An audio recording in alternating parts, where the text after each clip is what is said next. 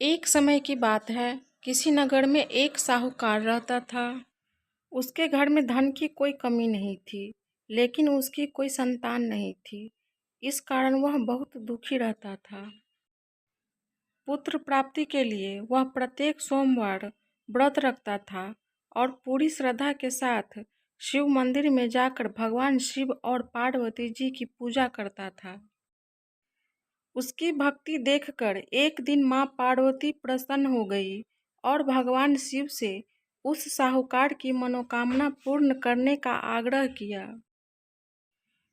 पार्वती जी की इच्छा सुनकर भगवान शिव ने कहा कि हे पार्वती, इस संसार में हर प्राणी को उसके कर्मों का फल मिलता है और जिसके भाग्य में जो हो उसे भोगना ही पड़ता है।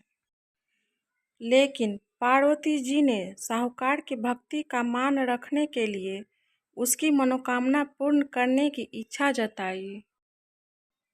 माता पार्वती के आग्रह पर शिवजी ने साहूकार को पुत्र प्राप्ति का वरदान तो दिया, लेकिन साथ ही यह भी कहा कि उसके बालक की आयु केवल 12 वर्ष होगी।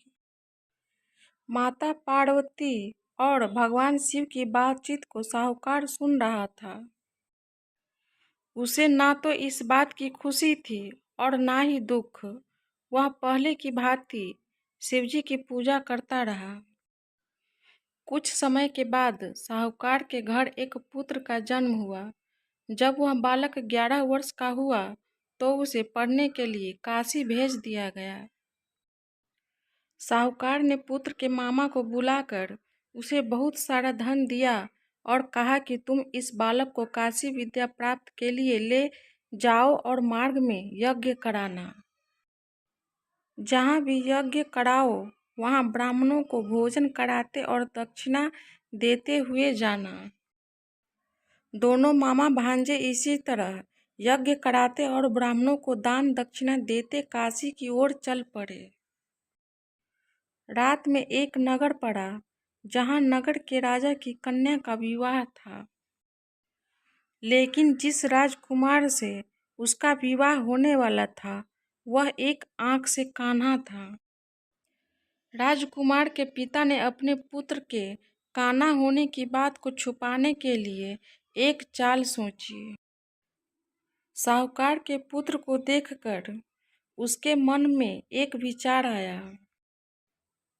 उसने सोचा कि क्यों न इस लड़के को दूल्हा बनाकर राजकुमारी से विवाह करा दूं। विवाह के बाद इसको धन देकर विदा कर दूंगा और राजकुमारी को अपने नगर ले जाऊंगा।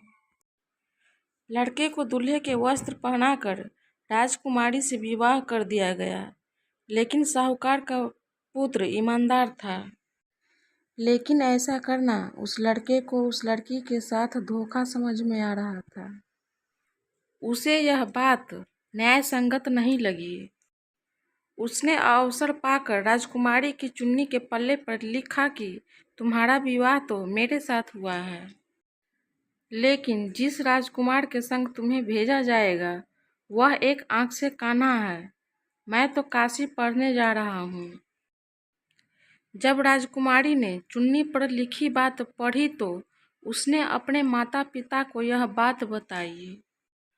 राजा ने अपनी पुत्री को विदा नहीं किया, जिससे बारात वापस चली गई। दूसरी ओर साहूकार का लड़का और उसका मामा काशी पहुँचे और वहां जाकर उन्होंने यज्ञ किया। जिस दिन लड़के की आयु 12 साल की हुई उसी दिन यज्ञ रखा गया। लड़के ने अपने मामा से कहा कि मेरी तबीयत कुछ ठीक नहीं है।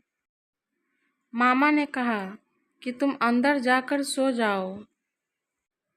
शिवजी के वरदानुसार कुछ ही देर में उस बालक के प्राण निकल गए। मृत भांजे को देख उसके मामा विलाप करने लगे। संयोगवश उसी समय शिवजी और माता पार्वती उधर से जा रहे थे।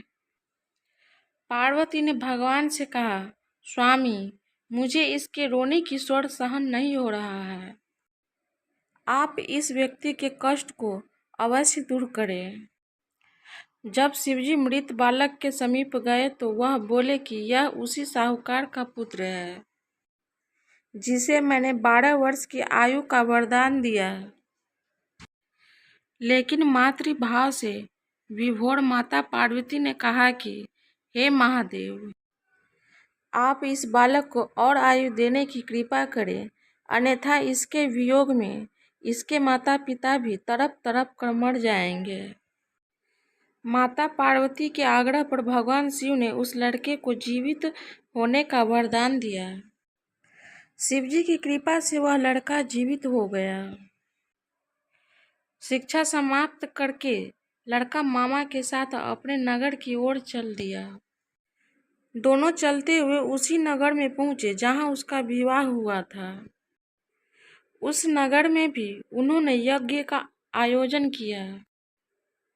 उस लड़के के ससुर ने उसे पहचान लिया और महल में ले जाकर उसकी खातिरदारी की और अपनी पुत्री को विदा किया।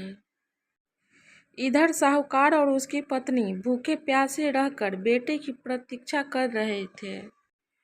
उन्होंने प्रण कर रखा था कि यदि उन्हें अपने बेटे की मृत्यु का समाचार मिला तो वह भी प्राण त्याग देंगे, परंतु अपने बेटे की जीवित होने का समाचार पाकर वह बेहद प्रसन्न हुए। उसी रात भगवान शिव ने व्यापारी के स्वप्न में आकर कहा, हे श्रेष्ठी, मैंने तेरे सोमवार के व्रत करने और व्रत कथा सुनने से प्रसन्न होकर तेरे पुत्र को लंबी आयु प्रदान की है। इसी प्रकार जो कोई सोमवार व्रत करता है या कथा सुनता है और पढ़ता है, उसके सभी दुख दूर होते हैं और समस्त मनोकामनाएं पूर्ण होती है।